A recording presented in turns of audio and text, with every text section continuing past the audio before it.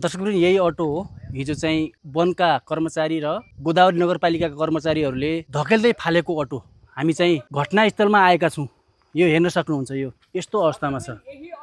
माथि धेरै टाढा छ तर पनि त्यहाँबाट चाहिँ यसलाई धकेल्दै फालिएको चाहिँ भिडियोमा प्रष्टै देख्न सकिन्थ्यो भने हामी चाहिँ अहिले प्रत्यक्ष रूपमा यो ठाउँमा आएका छौँ र तपाईलाई के भन्न मन लागेको छ हामीलाई कमेन्ट गर्नुहोला। एउटी आमाको रोजीरोटी खोसिएको छ। सडक छेउमा पानी, दालमोट, चाउचाउ लगायतका सामानहरू बेच्दै आफ्नो घर खर्च चलाइरहेकी एउटी आमाको रोजीरोटी खोसिएको अवस्था छ।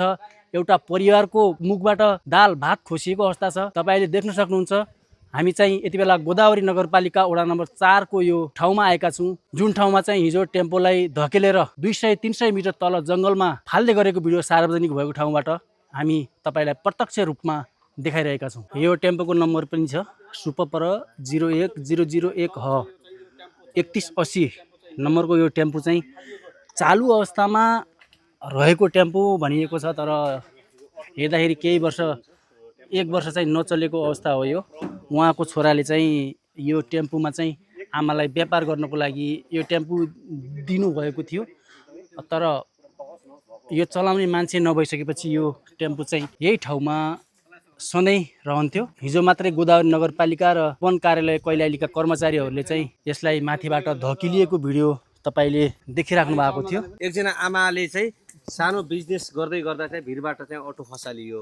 यो देख्दा के भन्नुहुन्छ? साह्रै नराम्रो हो। हजुर, पहाडबाट आउने जाने पेसेन्जर यहाँनिर पानी सानी खाने एउटा थलो थियो। त्यो सँगसँगै फेरि यो कमाइ खाने भाँडो यो फाल्दा चाहिँ अलिक नराम्रो।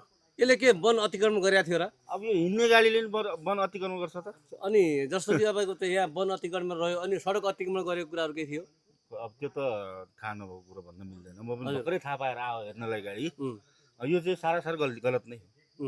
एउटा यातायात क्षेत्रमा लागिराख्ने बिचरा अतरियाबाट यहाँ आएर उसले 2 पैसा बेचेर चाउचाउमा कति नै आउँछ, 50 पैसा 25 पैसा आउने त हो नि। त्यही बेचेर उसले बालबच्चा पालेको थियो नि, त्यो एकदम गलत हो। कसै पेटमा चाहिँ यसरी लात हान्नु मिल्दैन। अब जसरी यो कार्य गरे ती व्यक्तिलाई चाहिँ सरकारले चाहिँ कानुनी कारबाही हुनुपर्छ। अब के यसरी नै भिडबाट धकल्नु पर्यो? अब त्यो त कानुनमा जे छ त्यही गर्नु पर्यो।